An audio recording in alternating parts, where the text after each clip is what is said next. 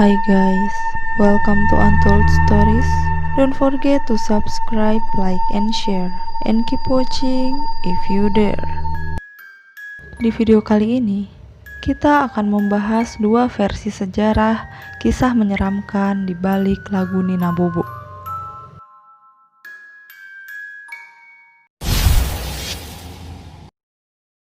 Helenina Mustika van Roosnik adalah seorang gadis perempuan, anak dari Kapten van Roosnik, seorang warga Belanda yang menikah dengan penari asal Jawa bernama Mustika.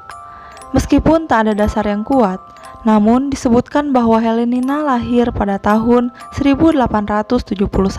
Pada saat itu, Helenina seringkali mengalami kesulitan tidur di setiap malamnya.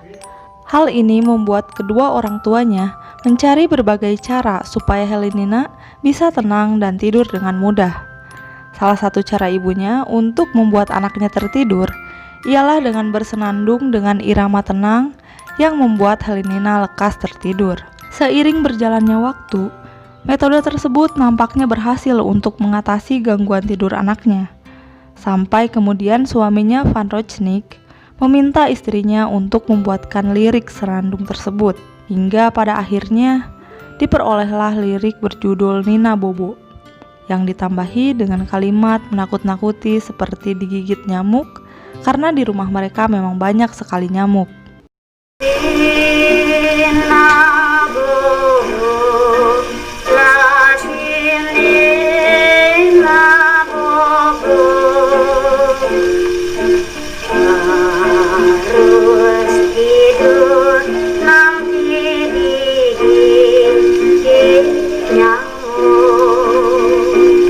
Kemudian pada tahun 1875, Helenina menderita demam tinggi yang membuatnya menangis setiap malam.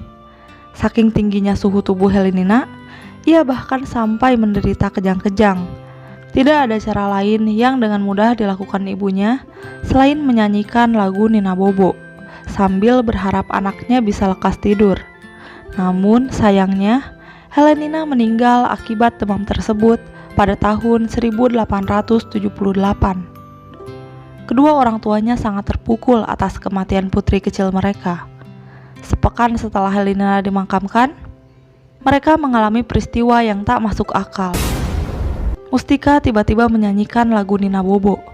Sang suami penasaran, menanyakan alasan istrinya menyanyikan lagu tersebut. Menurut pengakuan Mustika, ia mendengar suara Helenina yang sedang menangis.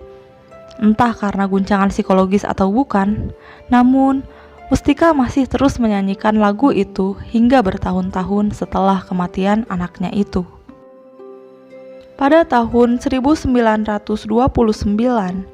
Mustika meninggal dunia, meninggalkan suaminya hidup seorang diri di rumah itu. Setelah itu, diceritakan bahwa arwah Helenina kerap kali menghantui ayahnya. Bahkan, sang ayah sempat terbangun ketika mendengar suara tangisan anak kecil. Kemudian, terdengar bisikan suara anak kecil yang bertanya, "Kenapa ayah tidak pernah menyanyi untuk Nina? Ayah tidak pernah menyanyi untuk Kenapa ayah tidak pernah menyanyi untuk Nina?"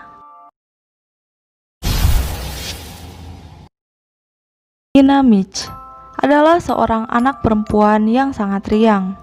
Ia lahir dari sebuah keluarga musisi Belanda yang sedang mengembangkan karirnya di Indonesia.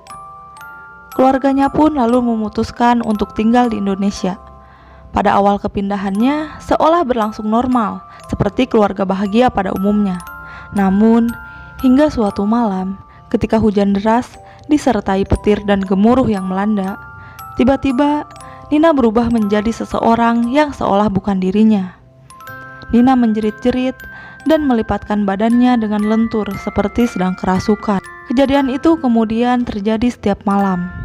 Akhirnya, dengan berat hati, ayah dan ibunya memutuskan untuk mengurung Nina dan mengikatnya.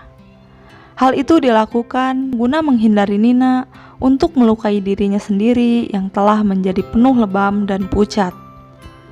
Konon, melihat anaknya menjadi seperti itu, ayah Nina memutuskan untuk kembali ke Belanda dan meninggalkan Nina dan istrinya di Indonesia. Pelayan-pelayan rumah pun lambat laun meninggalkan rumah itu, hingga akhirnya tersisa Nina dan ibunya. Sang ibu yang paling sabar dan setia selalu berharap dan berdoa agar anaknya kelak sembuh dari penyakit yang aneh tersebut. Suatu malam, Nina tidak mengamuk seperti biasanya. Ibunya lantas penasaran dan mencoba untuk menjenguk anaknya. Dilihatnya, Nina nampak seperti Nina yang dahulu. Meskipun kondisi fisik yang pucat masih tetap tak hilang dari parasnya. Dalam kondisi itu, Nina tiba-tiba meminta ibunya untuk menyanyikan lagu pengantar tidur. Kepada ibunya, ia mengaku sangat lelah dan ingin beristirahat. Ibunya lantas menyanyikan lagu Nina Bobo yang biasa kita kenal itu. Akhirnya Nina pun tertidur sangat pulas hingga ia tak pernah terbangun lagi. Kedua versi cerita tersebut sama sekali tidak memiliki dasar yang kuat, namun direproduksi secara terus-menerus hingga menjadi urban legend yang diyakini kebenarannya. Itulah kisah tentang asal-usul di balik lagu Nina Bobo yang menyeramkan. Menurutmu, versi manakah yang paling menyeramkan?